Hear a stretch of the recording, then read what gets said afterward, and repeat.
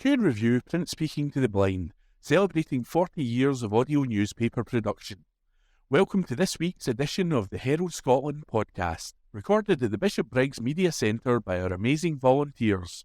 You can get in touch with us via Facebook, Twitter or Instagram using @CuneReview, that is @CuandReview.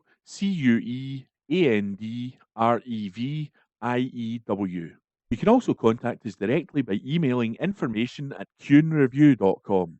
That is INFORMATION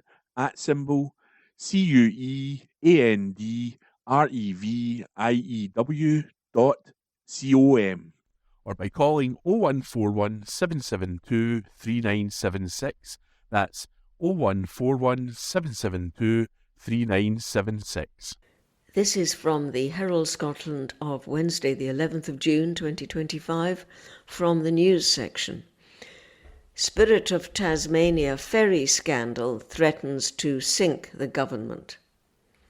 This article is by Jodie Harrison. It is a ferry scandal which could yet sink a government.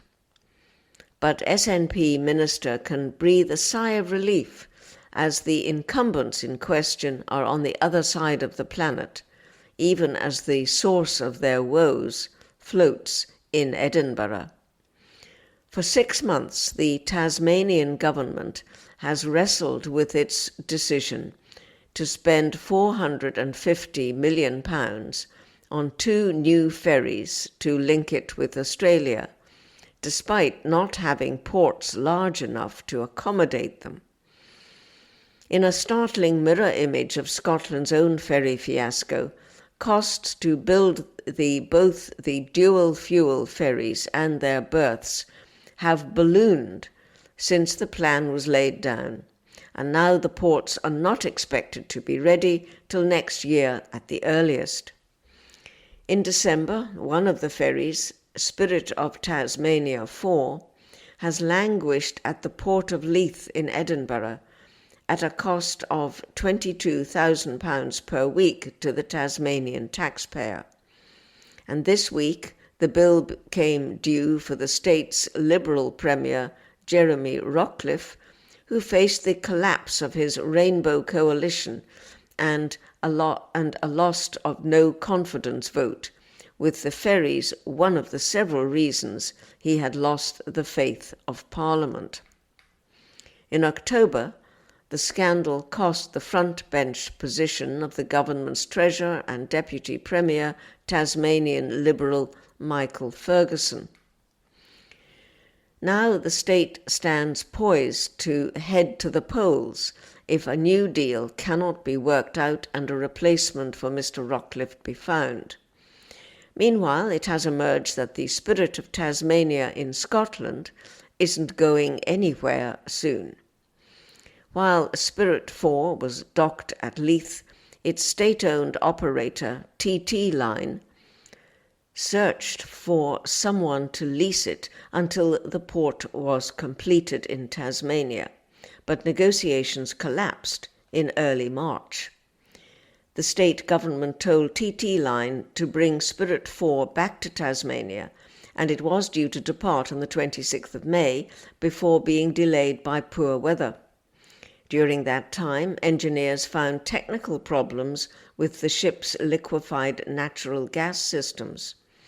The government is awaiting further details in relation to a new expected departure date, but it is understood that this work will take some time, the state's Transport Minister Eric Abetz said last week.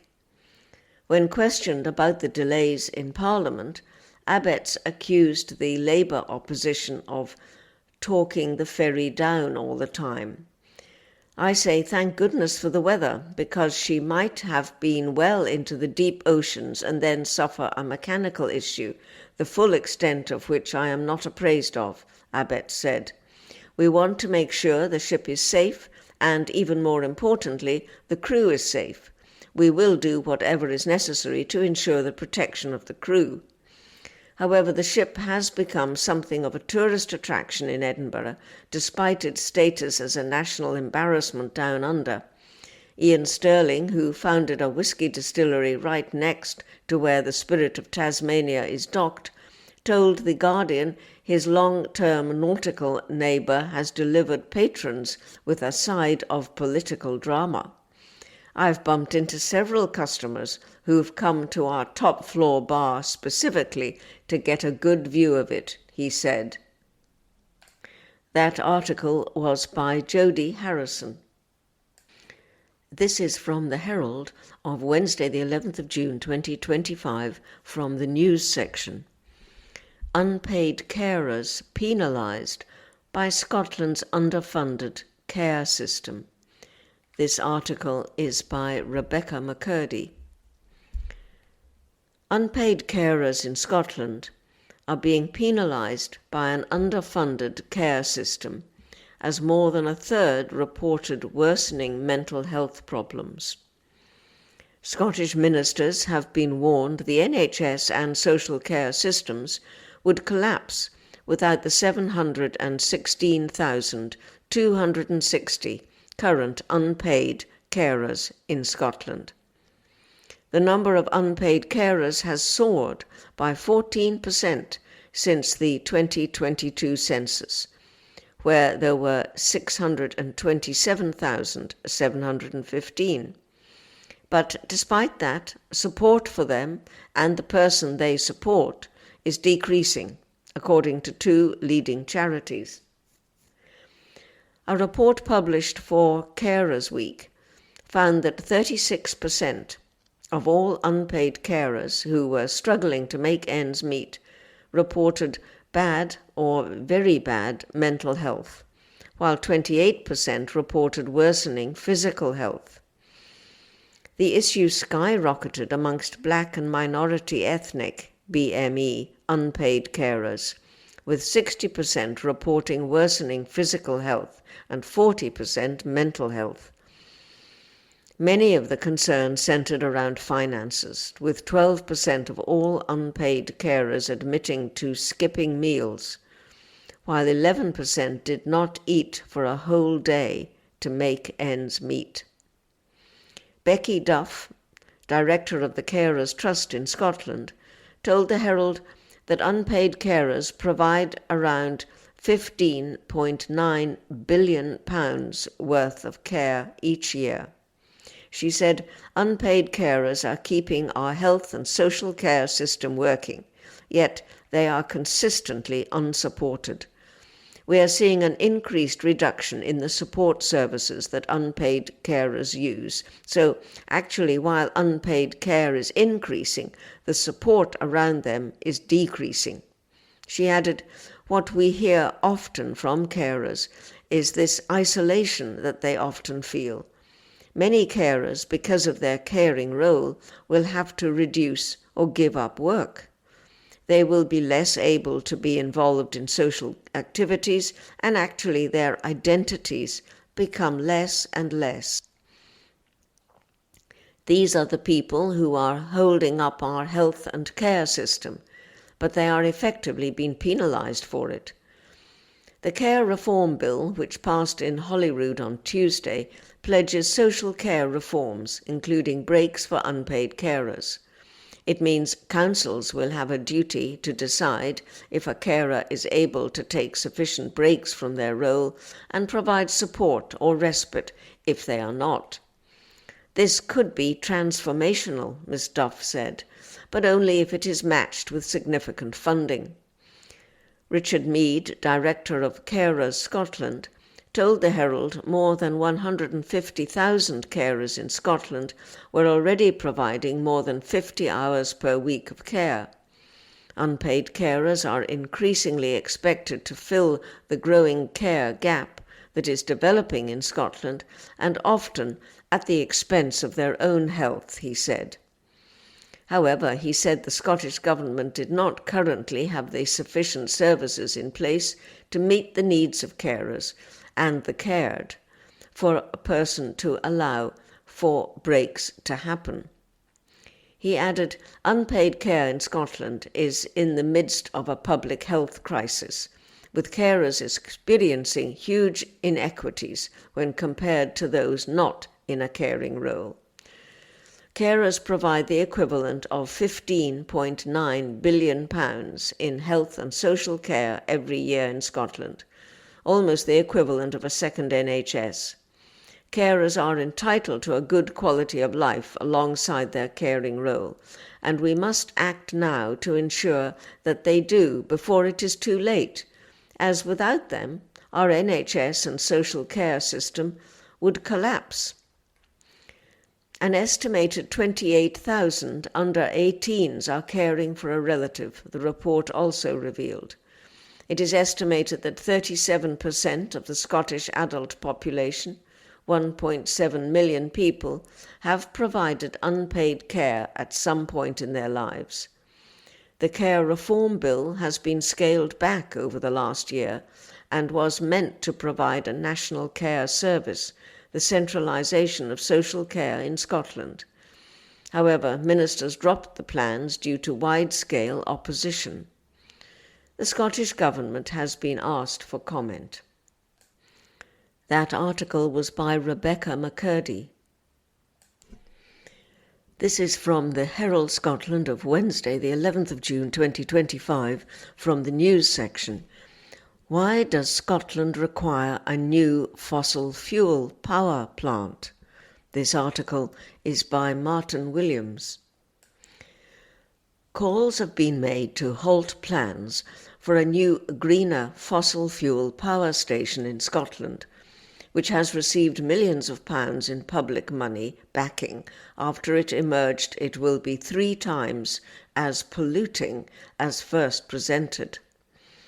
The Peterhead gas-fired power station has been at the centre of demands for an ethics inquiry into concerns over ministerial code breaches involving former First Ministers Humza Yousaf and Nicola Sturgeon over apparent support. Friends of the Earth Scotland has said that the Peterhead project must be stopped after new environmental assessments show that lifetime pollution from the site, which includes the power station and the construction works, is set to rise from an original estimate of 2022 of 6.3 million tonnes of CO2e carbon dioxide equivalent to 17.1 million tonnes. What is the Peterhead Carbon Capture and Storage CCS project? Peterhead is a town in northeast Scotland with an existing gas-fired power station that has been operational since the late 1980s.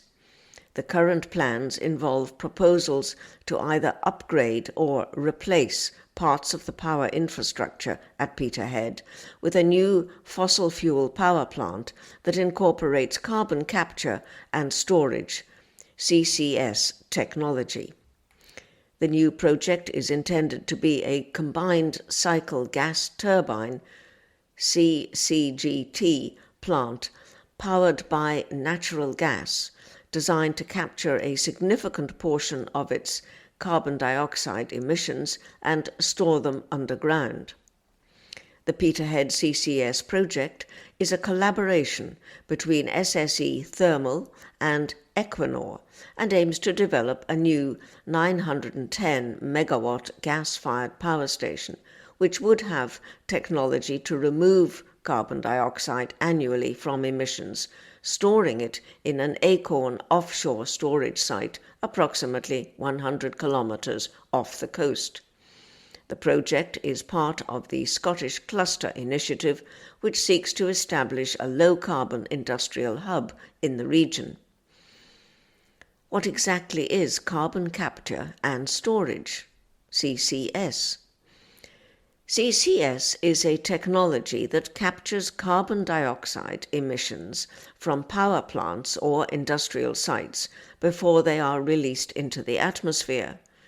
The captured carbon dioxide is then compressed, transported, and stored deep underground in geological formations such as depleted oil and gas fields or saline aquifers.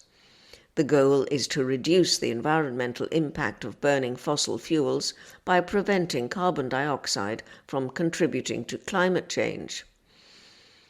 Why is this project considered controversial?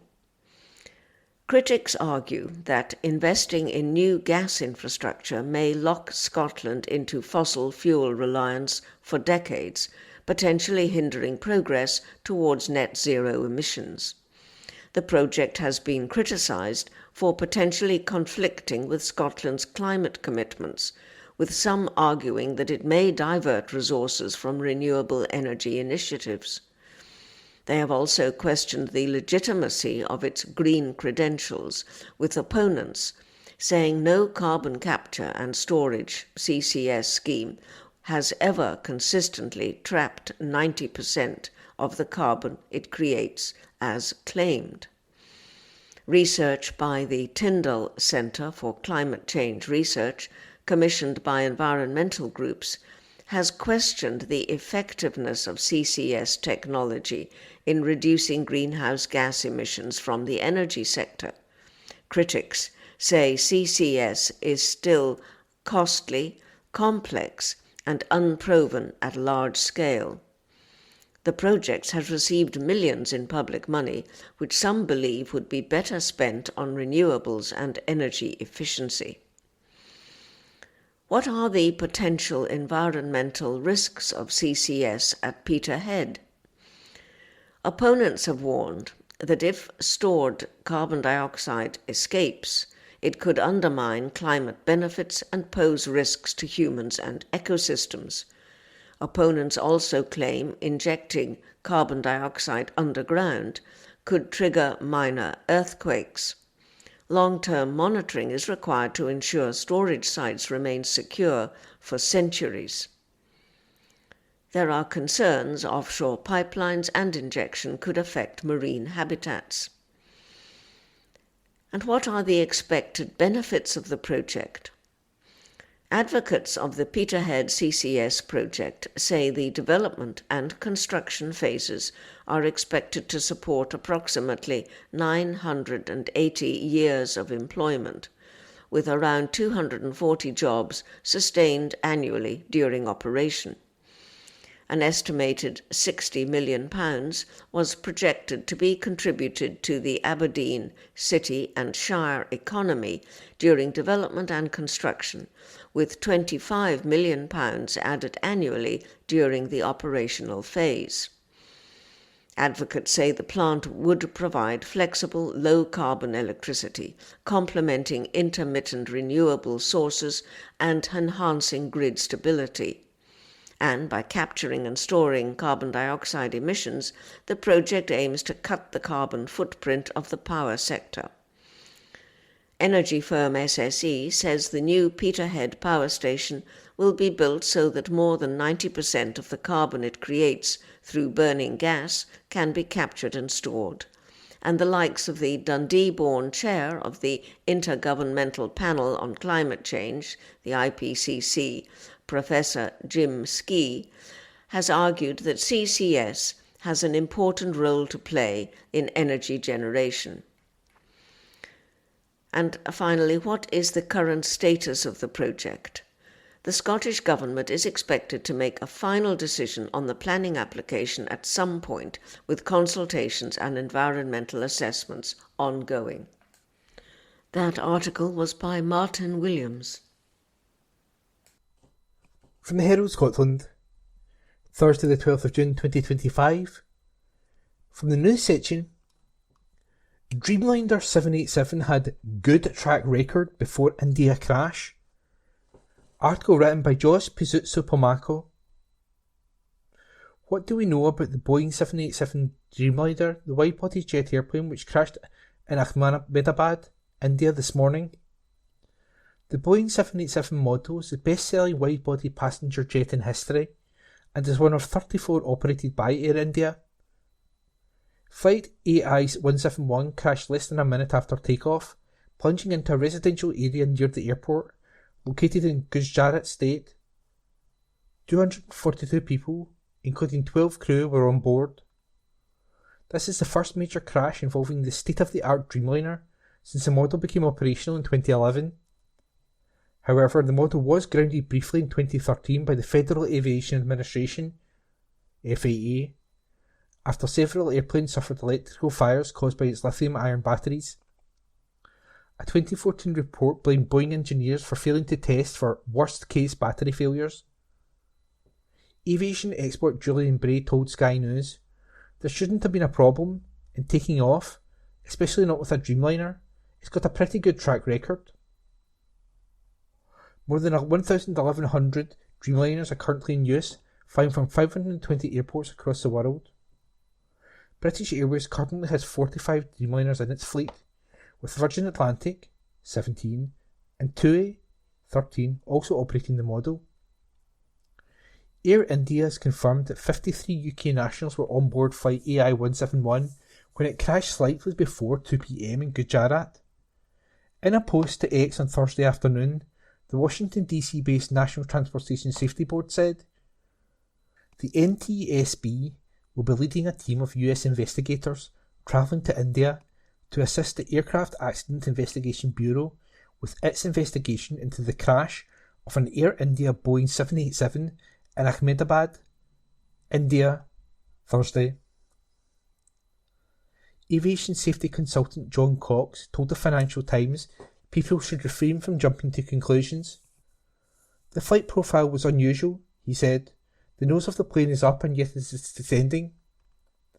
It was difficult to determine whether these were extended or not. They should have been extended." That article was written by Josh Pisitsopomako and read by me, Ian. From the Herald, Thursday the 12th of June 2025, Business Insight. Scottish economy well placed to strengthen in months ahead, by Deputy Business Editor Scott Wright. Economic growth in Scotland will exceed that for the UK as a whole next year, boosted by the new free trade deal with India.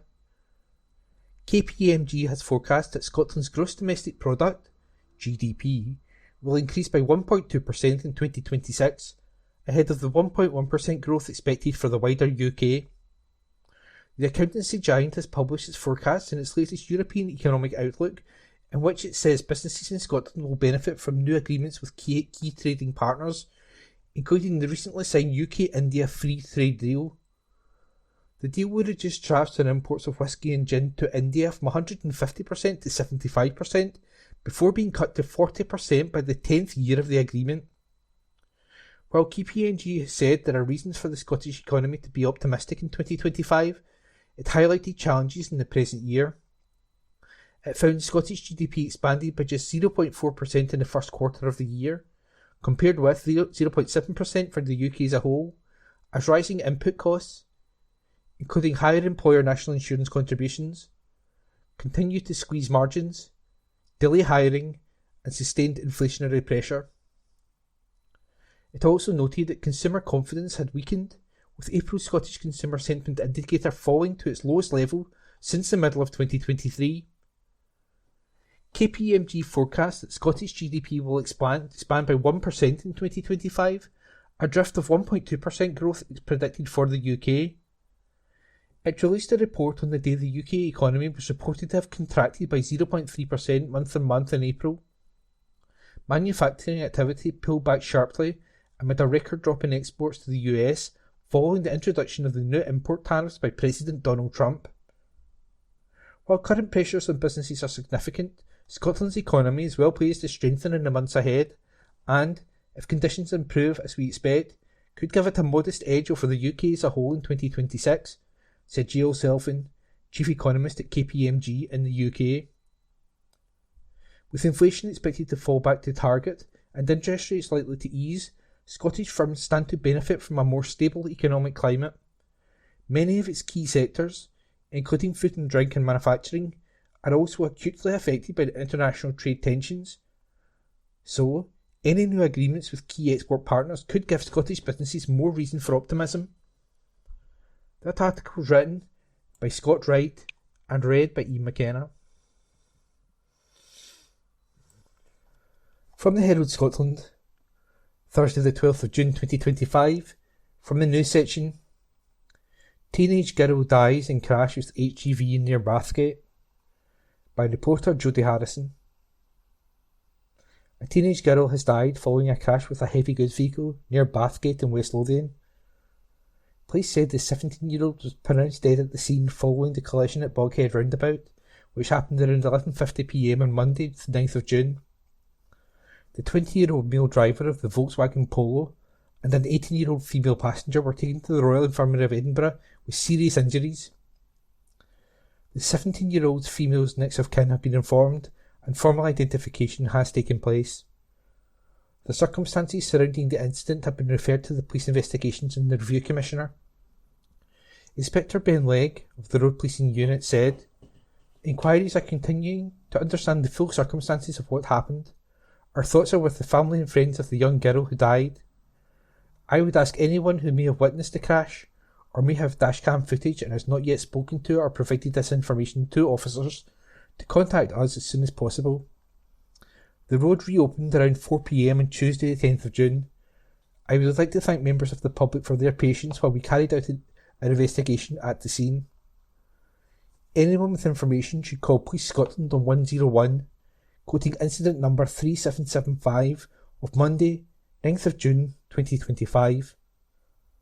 That report was written by Jodie Harrison and read by Ian McKenna. From the Herald Scotland, Thursday the 12th of June 2025. From the news section, UK government putting its money where its mouth is with Acorn £200 million. Article written by Katrine Busey. The UK government is putting its money where its mouth is, Energy Secretary Ed Miliband said, as if it was revealed £200 million is being made available for a carbon capture project in Scotland. Ministers confirmed they are meeting in full the request for development funding for the Acorn project in Aberdeenshire, the first time a government has provided funding of this scale for such a project to proceed. The scheme, which proposes strong emissions from across Scotland under the North Sea, had previously been overlooked for support despite repeated calls from the Scottish Government and others for it to be backed, with the UK Government also pledging to support the Viking Carbon Capture and Storage (CCS) project in the Humber. Mr Miliband insisted the two schemes will support industrial renewal with thousands of highly skilled jobs. According to the sector, Acorn could support about 15,000 jobs at its peak, with up to 20,000 jobs at the Viking project. As it develops, it is planned the Acorn site will link up with the former oil refinery at Grangemouth via more than 200 miles of pipelines. An existing 175 miles of gas pipe will be repurposed for this, with 35 miles of new pipeline also being built, allowing CO2 from the Grangemouth site to be transported to Acorn storage facilities under the North Sea. The move is seen by many as being key in securing a future for the facility, where some 400 workers were recently made redundant. Speaking as he visited the site near Peterhead, Aberdeenshire, Mr Miliband said, "This government is putting its money where its mouth is and backing the trailblazing Acorn and Viking CCS projects. This will support industrial renewal in Scotland and the Humber, with thousands of highly skilled jobs at good wages to build Britain's clean energy future. Carbon capture will make working people in Britain's hard-working communities better off, breathing new life into their towns and cities, and reindustrialising the country through our plan for change." Mr Miliband visited the site the day after Rachel Reeves promised funding for Acorn in her spending review, although the Chancellor did not put a figure on how much support would be given in her statement to MPs. Scottish Secretary Ian Murray said afterwards, "The £200 million funding confirmed for the Acorn carbon capture project will help to support the design and preparation as it continues to progress. This is about revitalising our industrial communities and creating long-term economic opportunities for Scottish workers." Tim Steadman, Chief Executive of Storiga, the lead developer of Acorn, said, "We warmly welcome the UK Government's support for the Acorn project and the commitment to develop funding that will enable the critical work needed to reach the final investment decision."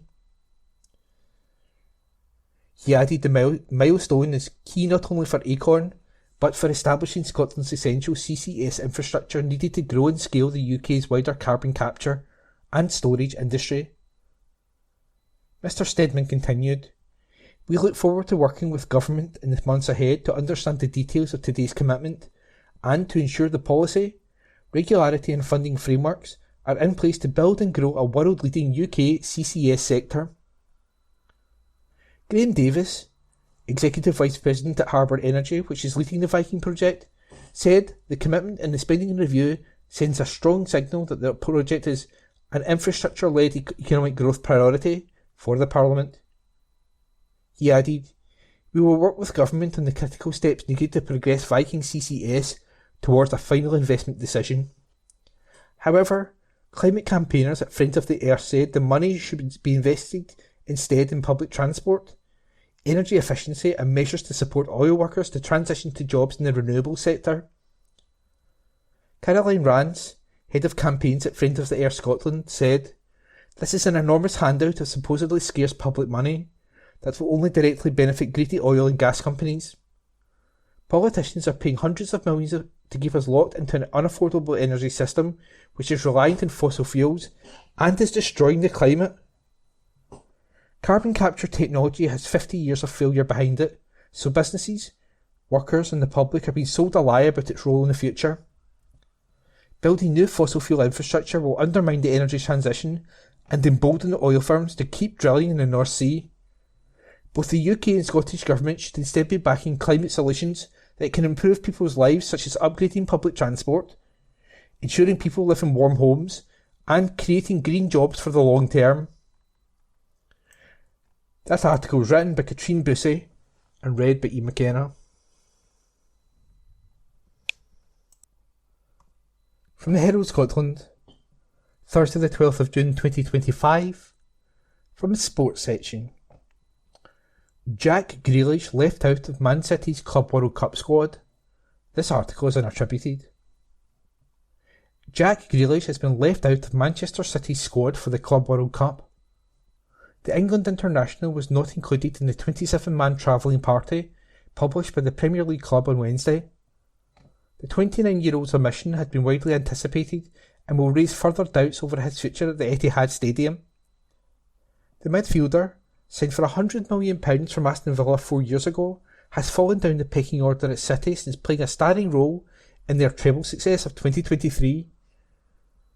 He made just 7 Premier League starts in the 2024-25 campaign and was notably not summoned from the bench as City went down to a 1-0 defeat to Crystal Palace in the FA Cup final last month. He was then left out of the matchday squad for the final Premier League game of the season at Fulham altogether. With City's overhaul of the squad continuing apace with 4 new signings this week, there is growing speculation Grealish could leave. He has been linked with a number of clubs in England and in Europe.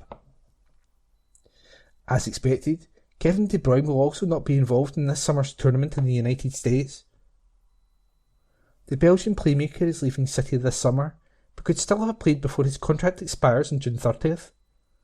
The 33-year-old looks set to join Serie A champions Napoli when he officially becomes a free agent.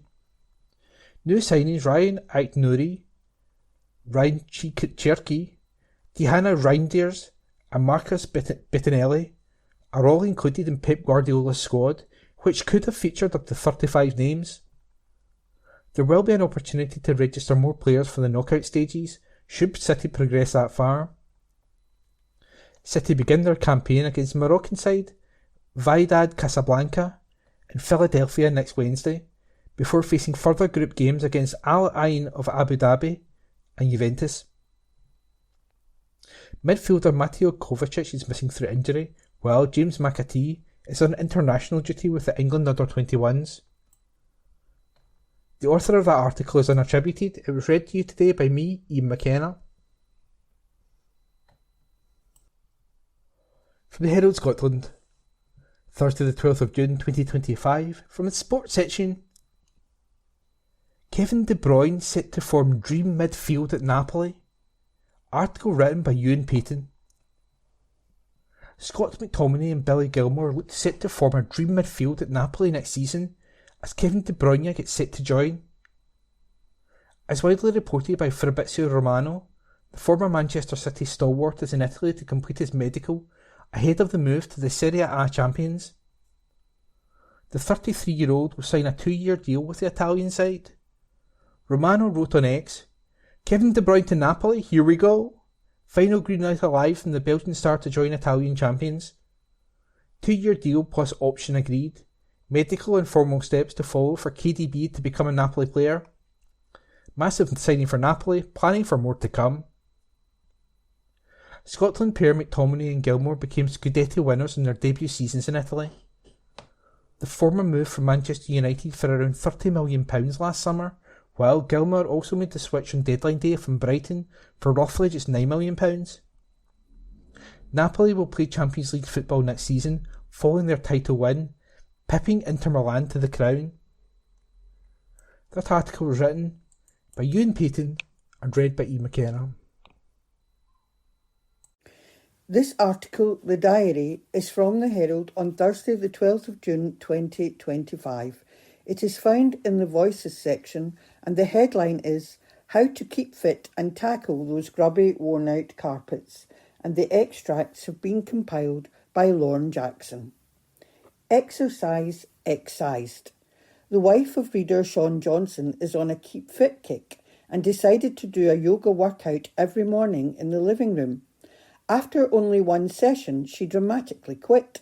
Was it too exhausting? Asked Sean. Not in the least, replied his wife. It's just that the minute I got down on the floor, I couldn't help noticing how worn out and grubby the carpet is. Communication breakdown. Office politics. A pal of reader Stuart Knight was scolded by his boss and told to behave in a more professional manner. I'm thinking about taking his advice, said Stuart's pal, and ignoring his emails. Pluralism. The Diary has taken on the role of school inspector as we scrutinise the many educational establishments in our nation. We hear of a student in one Glasgow school who asked if he could go and pick up his bag from French. His teacher replied, Oui, to which the student replied, No, it's just me. Male, a no-no. The student son of reader Mark Wilson works part-time as a waiter in a swanky Glasgow restaurant. At the weekend, a young chap was sitting at a table with his girlfriend, and when it came to order, he said, Can I have a salad, but without any of that white gunk? Do you mean mayonnaise? Inquired Mark's son, with an exasperated tut. Proving that this fellow was a true gourmand, the customer replied, That's what I said, didn't I? The white gunk. And, constant reader, we can happily report that his salad was completely degunkified as requested. Cold comfort. The weather has improved a tad in the last couple of days, with the sun dealing a glancing blow to the surface of Scotland. But on the whole, this has been a wet and woeful June, unlike the sweltering spring we recently enjoyed. With this in mind, reader Brian Wadham gets in touch for a good harumph. To hell with the winter heating allowance, he says. How about a summer heating allowance? And finally, mum's the word. Psychologically astute reader John Mitchell explains, a Freudian slip is when you say one thing but mean your mother. I mean another.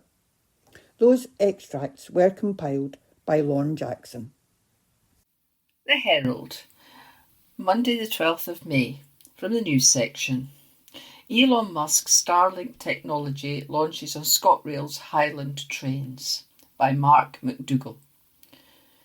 6 ScotRail trains in the Scottish Highlands have been fitted with technology that uses Elon Musk's Starlink to provide internet access on board services. The 6-month trial will see the Class 158 trains become the first in the UK to use it for onboard passenger Wi-Fi. ScotRail has worked with Claris Networks to design the new system, which allows the trains operating in rural Scotland to connect with a low Earth orbit satellite network. It uses Starlink technology, and it is hoped it will address long-standing connectivity challenges in the region. It is used on trains which will be in service from Inverness to Wick, Thurso to Kyle of Lochalsh and Aberdeen.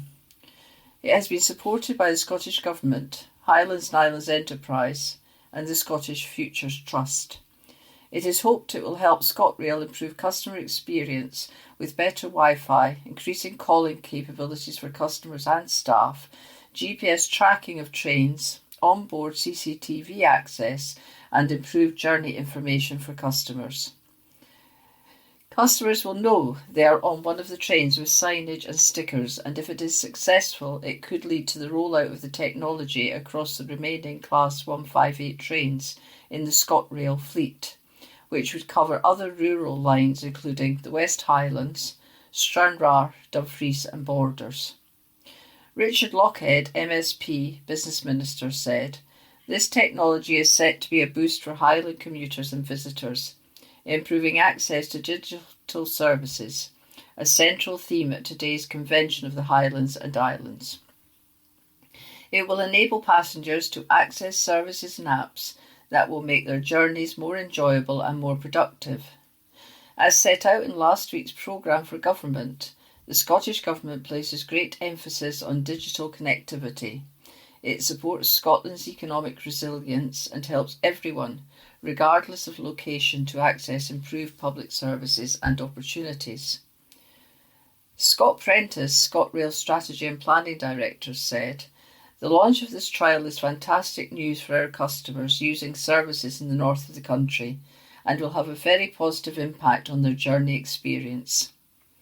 There has been a lot of hard work by our staff and our partner, Claris Networks, to get to this point, and I am looking forward to seeing how customers interact with the new technology on our trains." The project addresses the long-standing challenges we've had for train connectivity in the region, and we hope it will lead to a future rollout of the technology across other rural routes in Scotland. Mike Butler, Claris Networks Director of Rail and Innovation, said, "This project marks a major step forward in closing the digital divide for rural rail routes. By harnessing the power of low Earth orbit satellite technology, we're able to deliver fast, reliable connectivity in some of the most remote parts of the UK rail network. This approach helps overcome the coverage and performance limitations of traditional mobile networks, a challenge faced by rail operators globally. We're proud to work with ScotRail and our partners to prove what's possible and help shape the future of rail communications, improving both operational performance and the experience of passengers."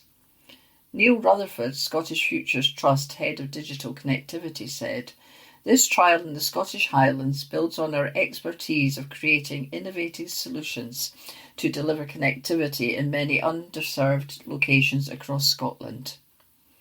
Our work is very much about considering new ways of delivering the telecoms infrastructure and mobile signal that communities and businesses regard as vital, and is reflected in other groundbreaking initiatives we are currently trialling, with satellites on board Orkney ferries providing passengers with ultra-fast internet access."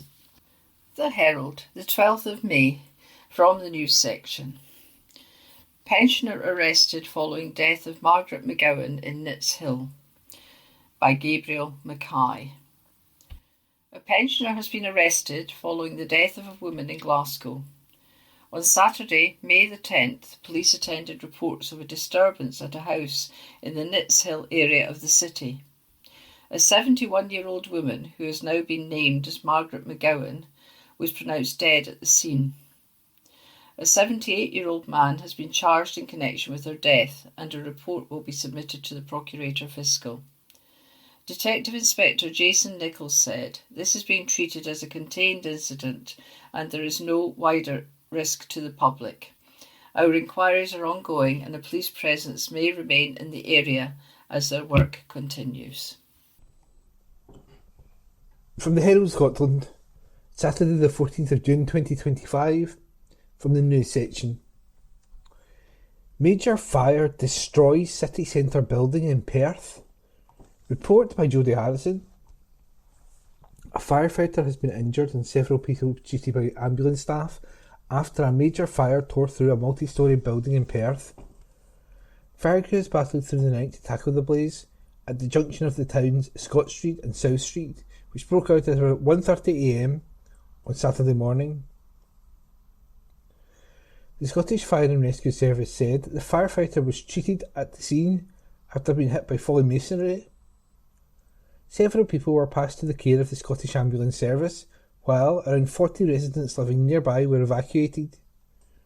The blaze has now been extinguished, but emergency services remain at the scene while several surrounding roads have been closed off. The roof of the red sandstone building, where the Royal Bar is in the ground floor, was completely destroyed by the flames, with pictures on social media showing flames leaping into the night sky as emergency services crowded the scene. At the height of the fire, there were 12 fire engines and appliances at the scene. A Scottish Fire and Rescue Service spokesperson said, "We were alerted at 1:47 a.m. on Saturday 14th of June to reports of a dwelling fire at Scott Street, Perth. Operations Control initially mobilised 3 appliances to the scene, and on arrival, firefighters found the roof well alight on the top floor of a 4-storey residential building. A further 9 appliances were requested to support the incident, and at its height, a total of 12 appliances were in attendance dealing with structural collapses." They added, "Around 40 affected residents were evacuated and taken to the Salutation Hotel, which has been used as a respite centre. Several casualties were passed into the care of the Scottish Ambulance Service, including one firefighter who sustained a minor injury from fallen masonry." As at 10 a.m, the incident had been scaled back to 4 appliances and 1 height resource. Firefighters remain on scene as they dampen down hotspots. First Minister John Swinney, the MSP for the area, said on social media, "Very concerned to hear of a fire in Scott Street, Perth. Hope everyone is safe." Pete Wishart, Perth's MP, also sent a message saying, "Hearing reports of a terrible fire in Scott Street in Perth overnight. Hope everyone is safe." Neighbours described their sense of shock at the scale of the blaze. One man told the local Courier newspaper, "I couldn't believe what I was seeing. It was a huge blaze, what looked like an entire block of flats on fire. I could tell from the height it was the roof space, and it looked right in the middle of the city centre. I could hear sirens and saw more blue lights heading into town as additional emergency services arrived. The flames were reaching pretty high, and the smoke was billowing straight up. It would have been visible from right across Perth. I just couldn't get over the scale of the fire and really hope everyone got out before it spread." Police have closed off Scott Street, South Street and Canal Street. People have been urged to avoid the area. Police Scotland said in a statement, "Emergency services remain at the scene of a serious fire on Scott Street in Perth. Officers were called around 1:50 a.m. on Saturday 14th of June 2025. The fire has been extinguished. However, a multi-agency response is ongoing and a number of properties have been evacuated. Scott Street, South Street and Canal Street are closed. Drivers and pedestrians are urged to avoid the area." That article was written by Jodie Harrison and read by Ian McKenna. From the Herald Scotland, Saturday the 14th of June 2025, from the news section, "Man arrested over Ross Monaghan and Eddie Lyons shooting in Spain." Report by Jodie Harrison. A man suspected of murdering 2 senior figures from a Scottish organised crime group in a Spanish bar has been arrested, it has been reported. The BBC has said that the man, named Michael Riley, was taken into custody in Liverpool by Merseyside police under an international arrest warrant issued by the Spanish authorities. Ross Monaghan, 43, and Eddie Lyons Jr., 46, were shot dead at Monaghan's bar in Fuengirola in the Costa del Sol on the 31st of May. Both men were connected to the Lyons family, a major organised crime group based in the west of Scotland. The 2 men had been watching the Champions League final with friends when they were targeted at the bar on the Andalusian town's beachfront. The attack took place at around 11 p.m, when a car pulled up outside the bar and a masked man got out before opening fire on the 2 as they stood outside of the venue. The gunman then fled in a car, with both men dying at the scene.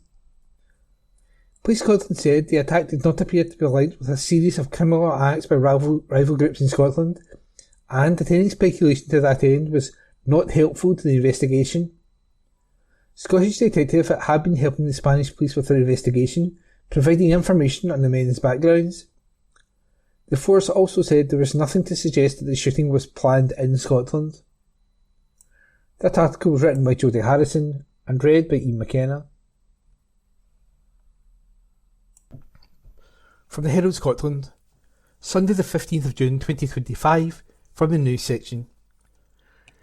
Nicola Sturgeon accuses actor of misogyny after he calls her a witch. Article written by Andrew Learmonth.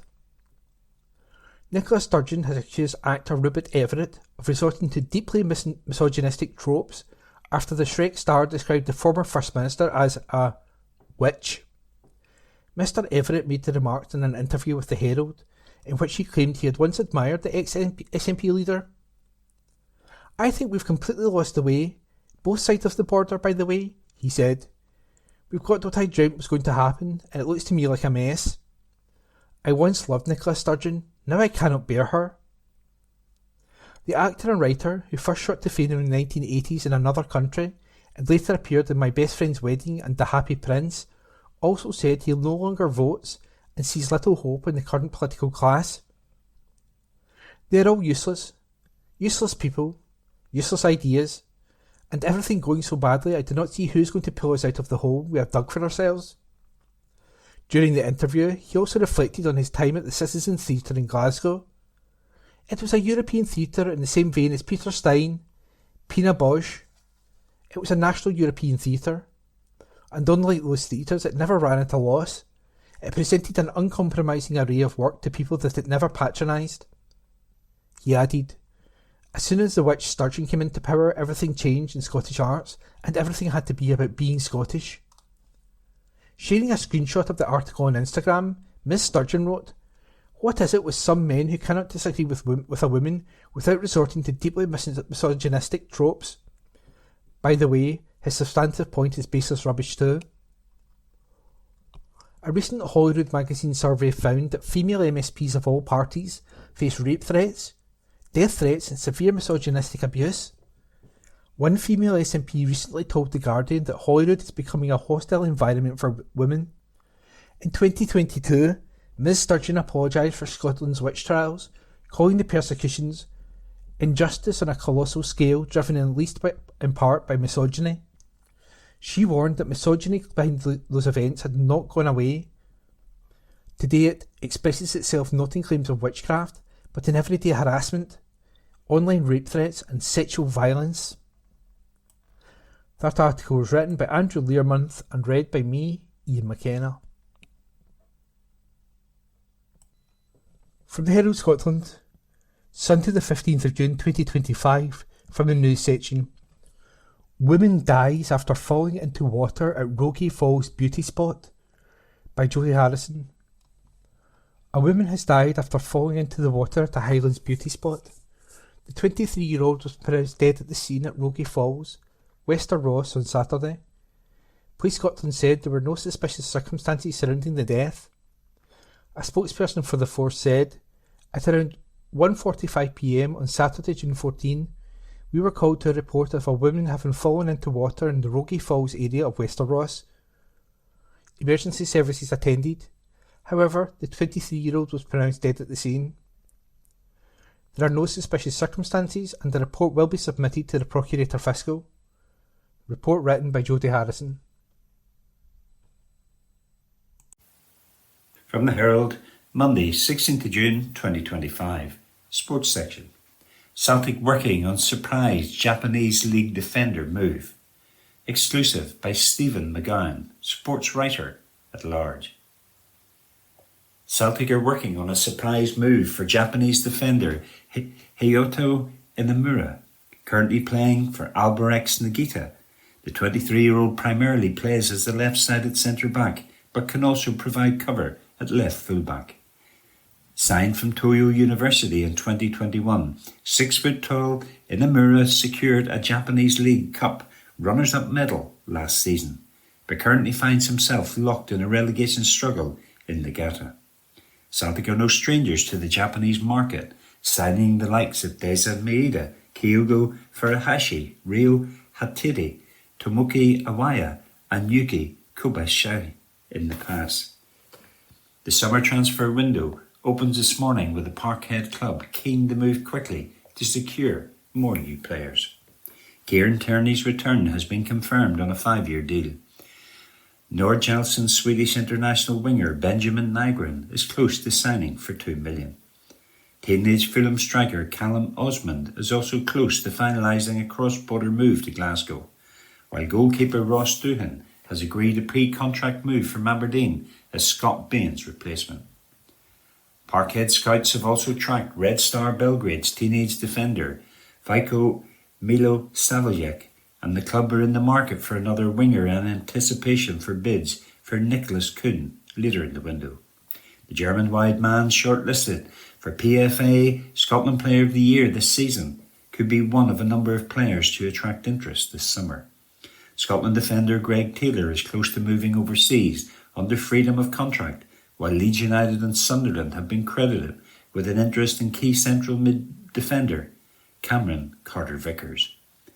Midfielder Hatet is also keen to test himself in a top 5 league, where last season's top scorer Maeda has yet to agree a new contract. That article was by Stephen McGowan. From the Herald, Monday 16th of June 2025. Sports section. Infantino's latest vanity project is ridiculous. Enough is enough. By Stephen McGowan, sports writer at large. Buckle up for Gianni's Club World Cup, the vanity project of an over-empowered demigod hell-bent on extending the Gregorian calendar from 12 to 13 months in the push to squeeze more games in. Football used to know when to pull down the curtain and turn off the lights. The old home internationals ran until the end of May, and that was it until the first week in August. This season feels never-ending. Every time you think the campaign has finally croaked its last, it springs back to life, eyes wide open like a zombie from Shaun of the Dead. When Portugal won the Nations League final, it felt like a natural full stop. Now here we are in the middle of June, watching Bayern Munich smacking amateur teams from New Zealand around the chops as part of a farcical month-long 32-team tournament no one asked for. Football is turning into a year-long test of endurance with no respite. FIPRO, the Global Players Union, have raised concerns over the health and welfare of players being pushed and stretched to breaking point by Gianni Infantino's vaulting, self-serving campaign to be crowned King of Soccer.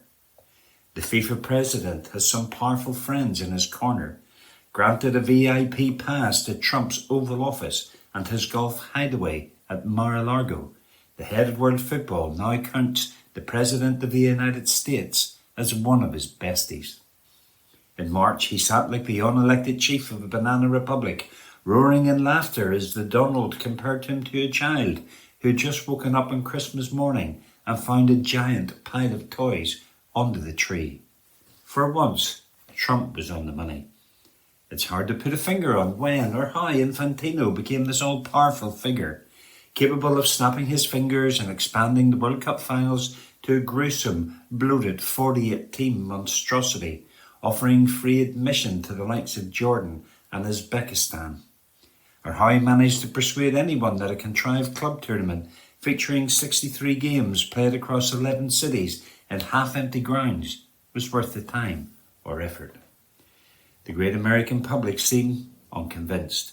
While Trump's election proved that they're no strangers to a convincing scam, they're hardly forming an orderly queue down Orlando's International Drive to snap up cut-price tickets for U-Stand HD versus Mamelodi Sundowns. The baffling part of all this is that Infantino used to be nothing more than a smiling, inoffensive man in a suit, who served as master of ceremonies at the Champions League draw in Neon.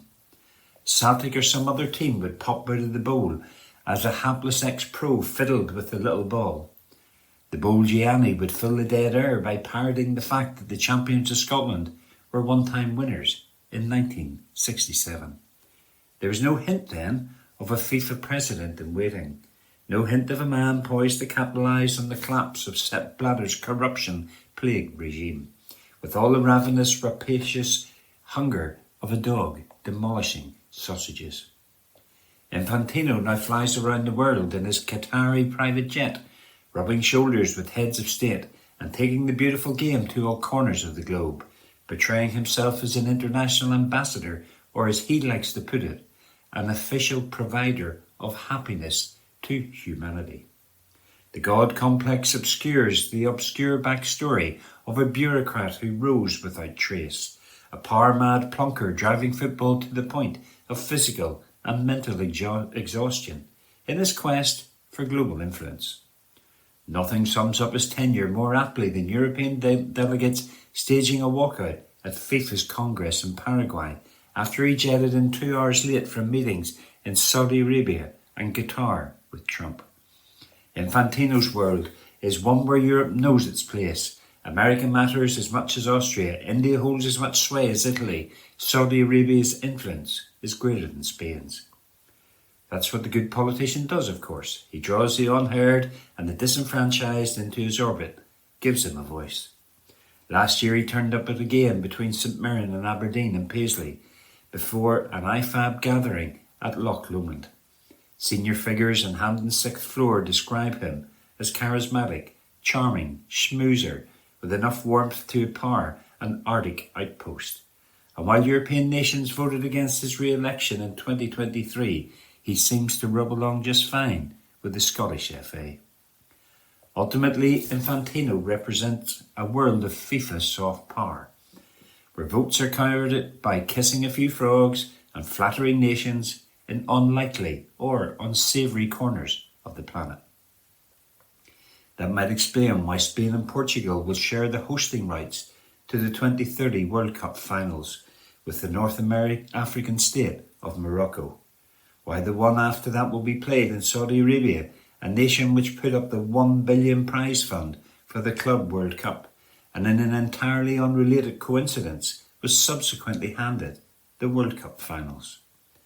Next summer's finals will be shared by America, Canada and Mexico, and if Scotland are one of the nations who take advantage of a bloated 48-team format, Infantino will portray himself as the inclusive friend of the little people who made it all possible. If Steve Clarke's team crash and burn in the qualifiers, he'll go back to being the power-crazed despot, ripping the heart from football's soul. A speech in Qatar's National Convention Centre in Doha on the eve of the 2022 World Cup should have stopped the Infantino Express in its tracks. In a 57-minute diatribe, journalists listened to FIFA's main man lecturing Western nations on their own sins over the past 3,000 years, suggesting that his own experience as a red-haired freckled son of Italian immigrants in Switzerland had given him a taste of what migrant workers and minorities in Qatar are going through. It was clear then he'd become hopelessly detached from the real world. He said then that enough was enough. Yet all those columns, all those lectures and One Love armbands and the scandal of Qatar sport washing their reputation went for nothing in their end. What Infantino wants, Infantino gets. And what Infantino wants most is to be football's answer to Louis XIV, the vain, glorious Sun King. Laughably, he insists on his name appearing twice on the World Club trophy, where Panini albums used to be reserved for images of the managers and players. Meanwhile, Gianni has somehow managed to insert his very own gold sticker at the front. In hindsight, Trump should have taken him to one side in the Oval Office and told him exactly where he could stick his Club World Cup. That article was by Stephen McGowan. From Herald, Scotland, 10th of June 2025. From the STEM section of the business section. Apple iPhones that won't support new iOS update. Full list. Article by Katie Collier. Apple regularly launches updates for its devices, including its popular iPhone, but it says some mobile devices will not be able to update this time.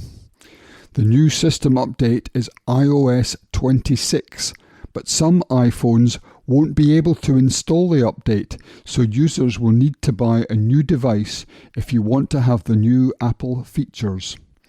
Apple announced that the new update is on its way at its WWDC Developers Conference, the Mirror reports. The newspaper shared that the things that will change with the update include a new look, improved messaging, as well as some app changes, with Apple Music, Apple Maps and Apple Wallet being affected. Those who update their iPhones will be able to have spam calls blocked automatically and change their chats so they have a different background.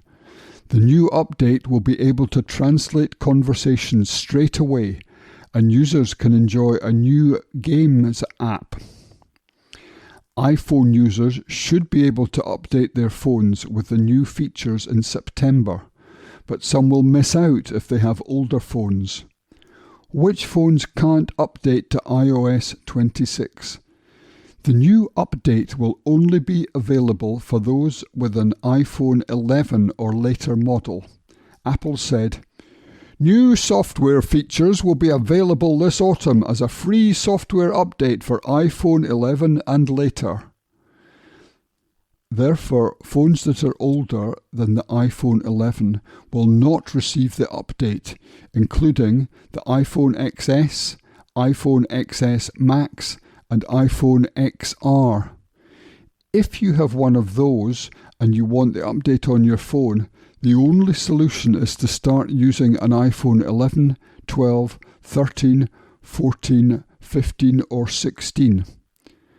Craig Federighi, Apple's Senior Vice President of Software Engineering, said, iOS 26 shines with a gorgeous new design and meaningful improvements to the features users rely on every day, making iPhone even more helpful.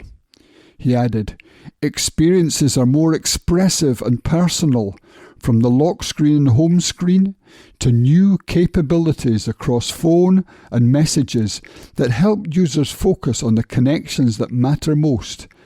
And with powerful new Apple Intelligence capabilities integrated across the system, users can get things done easier than ever. And that article was written by Katie Collier. From Herald, Scotland, 11th of June 2025. From the STEM section of the business section. Can Scotland regain its status as an innovation nation? Article by Christy Dorsey. Here's the paradox. If Scotland is so good at producing world-leading ideas and pre-eminent early-stage businesses, why is that not translating into increased productivity and a stronger economy? Well, for starters, the country is suffering from a culmination of underinvestment that hit a tipping point somewhere around 2010, when, in conjunction with the whole of the UK, productivity growth fell from roughly 2% annually to around 0.4% in the case of Scotland. The country has generally kept pace with the collective home nations, but this has come at a time of rapid deceleration of about 2 percentage points across the UK since 2007, significantly worse than the productivity decline of 1.6 percentage points in the US and 1.5 percentage points in France. About a third of the slowdown in growth is coming from the aforementioned lack of investment, but the rest is linked to something called total factor productivity. On that first point, Scotland has for decades had very low levels of private investment, as has the UK, which on this measure has been at the very bottom of the G7 league table for many years. According to the Productivity Institute in Manchester, UK workers are operating with a third less capital, less software, fewer machines, a lack of R&D and organisational capacity and so forth, than their counterparts in the US, Germany, France and the Netherlands. Give people fewer tools and they'll produce less.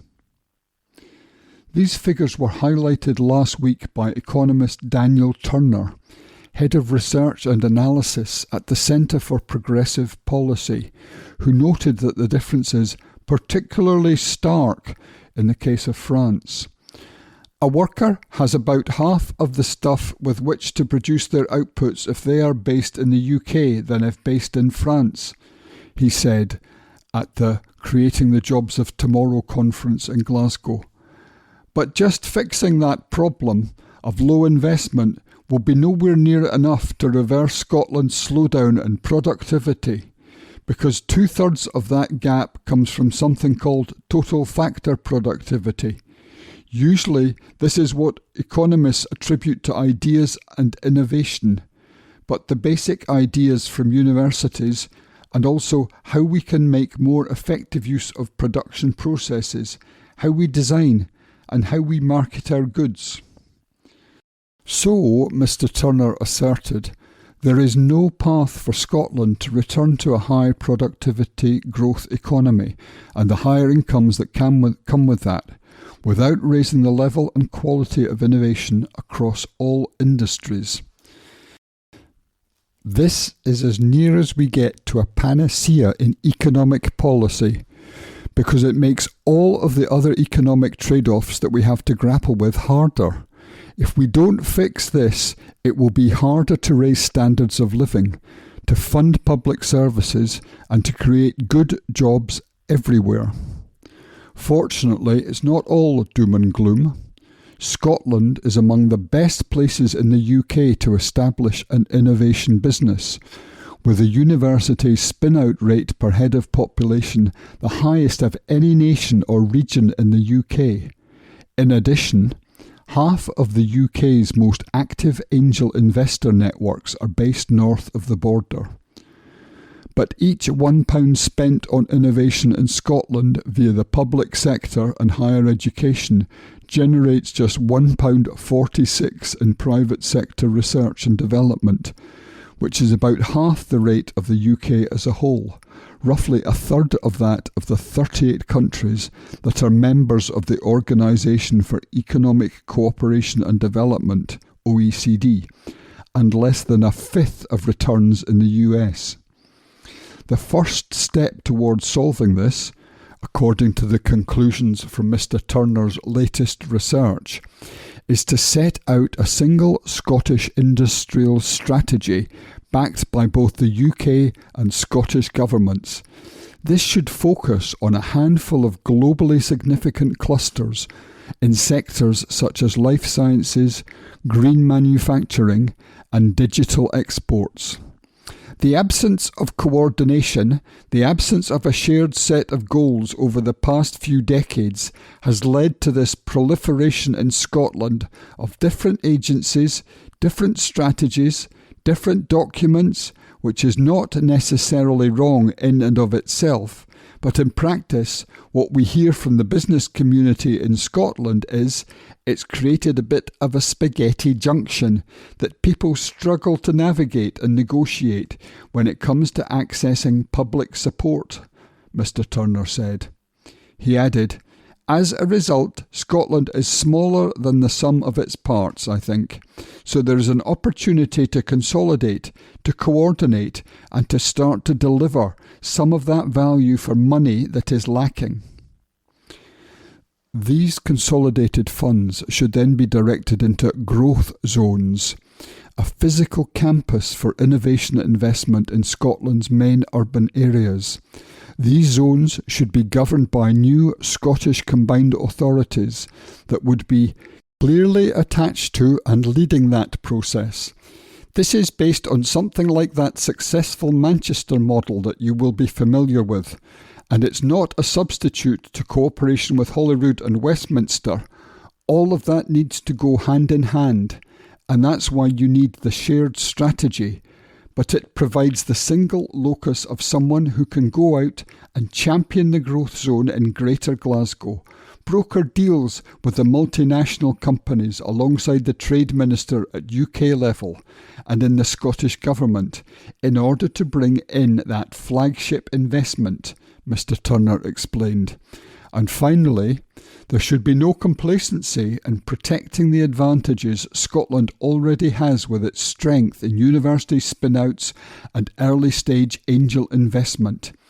At a moment of striated public finances, now is not the time to reduce funding for universities, or especially the funding for applied research and innovation and spin-outs that universities have been developing over the past decade, Mr. Turner said. And that article was written by Christy Dorsey. From Herald, Scotland, 13th of June 2025, from the STEM section of the business section. Glasgow team reveals how bladeless wind turbines could power future. Article by Jodie Harrison. They could one day replace the worrying generation of energy from wind with power created through good vibrations. Bladeless wind turbines, BWTs, are being touted as the next step in the evolution of green energy, which creates electricity from natural renewable resources. Now engineers from the University of Glasgow have identified for the first time how future generations of the technology could be built for maximum efficiency. Unlike conventional wind turbines, which convert the kinetic energy of blades propelled by moving air into electricity, BWTs generate power through a process called vortex-induced vibration.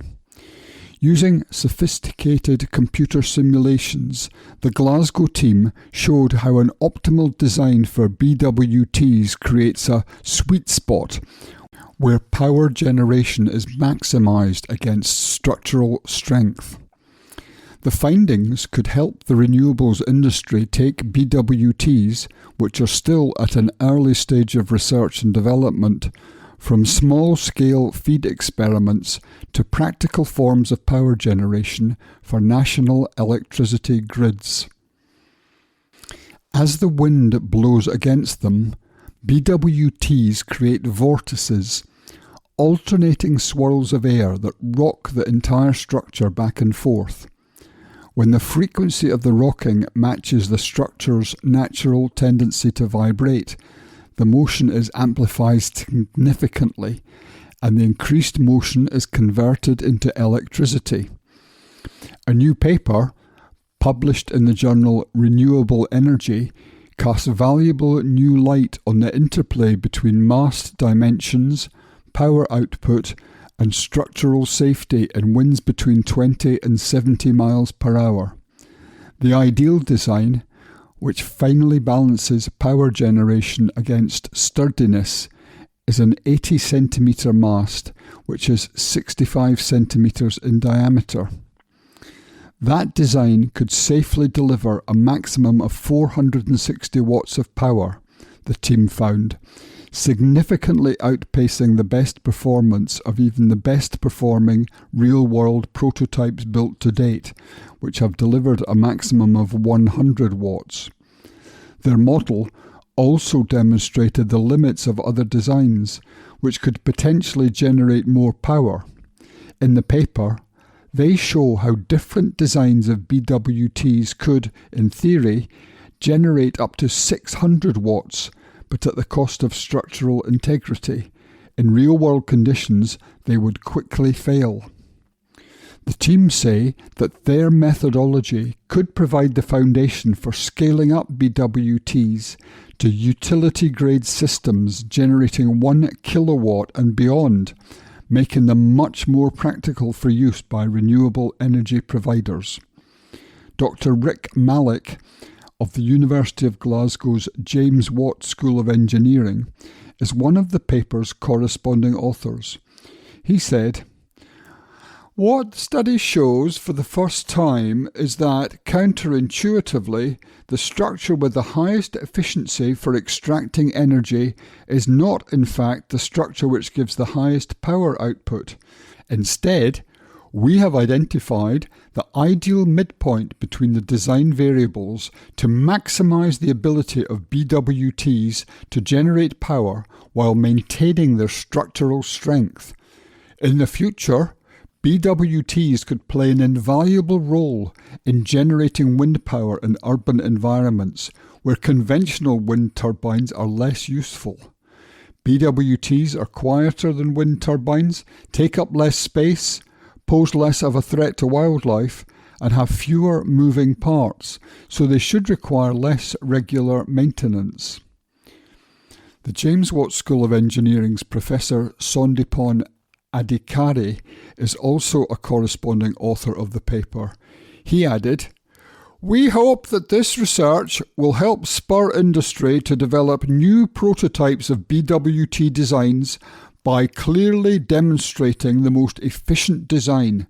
Removing some of the guesswork involved in refining prototypes could help bring BWTs closer to becoming a more useful part of the world's toolbox for achieving net zero through renewables. We plan to continue refining our understanding of BWT design and how the technology can be scaled up to provide power across a wide range of applications. We're also keen to explore how metamaterials, specially designed materials which have been finely tuned to imbue them with properties not found in nature, could boost BWT's effectiveness in the years to come." And that article was written by Jodie Harrison. This is from the Herald Scotland of Wednesday the 18th of June 2025 from the business section. Investors acquire Scottish wind farm of impressive scale. This article is by Brian Donnelly. An investment firm has acquired a major wind farm site in Scotland. The renewables facility will be able to power 5,500 homes a year.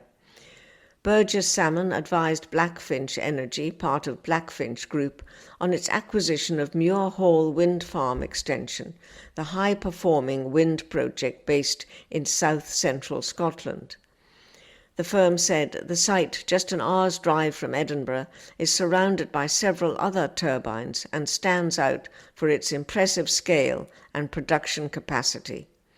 With blade tip heights reaching 147 metres, Muir Hall Wind Farm Extension has some of the largest turbines in the Blackfinch portfolio and is one of Blackfinch Energy's most significant assets for annual energy generation, with the capacity to produce approximately 19 gigawatts annually, the equivalent of providing renewable energy to around 5,500 homes each year. Danny Lee, partner at Burgess Salmon's Edinburgh-based corporate energy team, including Senior Associate Niall Mackle and Solicitor Jenny Purcell, said, "Blackfinch Energy boasts an impressive portfolio of over 70 wind and solar sites across the UK, and it's been a pleasure working with them as it continues to diversify Scottish-based assets with an acquisition that playing an important role in the renewable energy generation and makes impactful contributions to the local community." Alan Gorman, Investment Director at Gloucester-based Blackfinch, said Muir Hall Wind Farm Extension represents an ideal investment and established renewable assets with a proven track record. "We enjoyed working with Burgess Salmon and all of the people providing excellent support throughout the acquisition process." That article was by Brian Donnelly. This is from the Herald Scotland of Wednesday the 18th of June 2025 from the business section. Scottish Islands' only restaurant and bar put on the market. This article is by Brian Donnelly. An award-winning restaurant and bar on a Scottish island has been brought to the market. The owner said the popular eatery is a very successful business with a strong turnover. Gareth Cole said Café Canna, the Hebridean Islands' only restaurant and bar, is now on the market. He said, "Not an easy announcement to make, but Café Canna is for sale. With happiness and no small measure of sadness, we're going to be leaving the island for our next chapter. So if you're interested in this unique and, for us, incredible in every way experience, you'll be buying a very successful business with a strong turnover and an excellent and proven yearly profit." He also said, Cafe Cana will be ready to open its doors with all the equipment, licenses, bookings, goodwill and so on provided. The National Trust for Scotland, owners of the island, will provide a home for you to rent. The cafe building is also rented. You'll become part of an incredible, friendly and fun 20-strong community. The chef, who last year launched a cookbook, added, "Honestly, it's a tricky thing to contemplate walking away from. It's been an utter joy and an absolute privilege. We are extremely proud of our reputation and we love our customers. We are looking for somebody that will nurture this further." Interested parties were invited to register interest through a form on the Cafe Cana Facebook page. That article was by Brian Donnelly. This is from the Herald Scotland of Wednesday the 18th of June 2025 from the business section. UK inflation higher than forecast amid rising food prices. This article is by Jodie Harrison. UK inflation was higher than expected in May as rising food prices offset a drop in airfares and transport costs, new official figures show. The rate of consumer prices index, the CPI, inflation fell to 3.4% in May from 3.5% in April, the Office for National Statistics, the ONS, said. However, the ONS said that an error in vehicle tax data collected meant April's CPI rate should have been 3.4%, but that it was not revising the official figure. Most economists were expecting the CPI rate to come in at 3.3% for May, as price rises cooled following a raft of bill increases the previous month that pushed inflation to the highest level in more than a year. The ONS said that food and non-alcoholic drink prices rose by 4.4% in the year to May, the highest level in more than a year. Cupboard items like sugar, jam and chocolate, as well as ice cream, saw the biggest monthly price hikes, while meat costs also rose. Furthermore, the latest data set shows that the inflation rate across furniture and homeware was the highest rate over the year to May than since the end of 2023. On the other hand, airfares fell by 5% between April and May, following the Easter holidays, when ticket prices were likely to have been hiked. Average petrol and diesel prices also dropped, while rail and coach travel costs were also pulling down on the overall rate of inflation last month. Chancellor Rachel Reeves said there was more to do to bring down inflation and help with the cost of living. She said, "We took the necessary choices to stabilise the public finances and get inflation under control after the double-digit increases we saw under the previous government, but we know there is more to do." Shadow Chancellor Sir Mel Stride said, "This morning's news that inflation remains well above the 2% target is deeply worrying for families." ONS Acting Chief Economist Richard Hayes said, "A variety of counteracting price movements meant inflation was little changed in May. Airfares fell this month compared with a large rise at the same time last year, as the timing of Easter and school holidays affected pricing. Meanwhile, motor fuel costs also saw a drop. These were partially offset by rising food prices, particularly items such as chocolates and meat products. The cost of furniture and household goods, including fridge freezers and vacuum cleaners, also increased." That article was by Jodie Harrison. That concludes this week's edition of the Herald Scotland podcast. Please remember to subscribe to our channels, Tune Review, and to tell your friends about our service.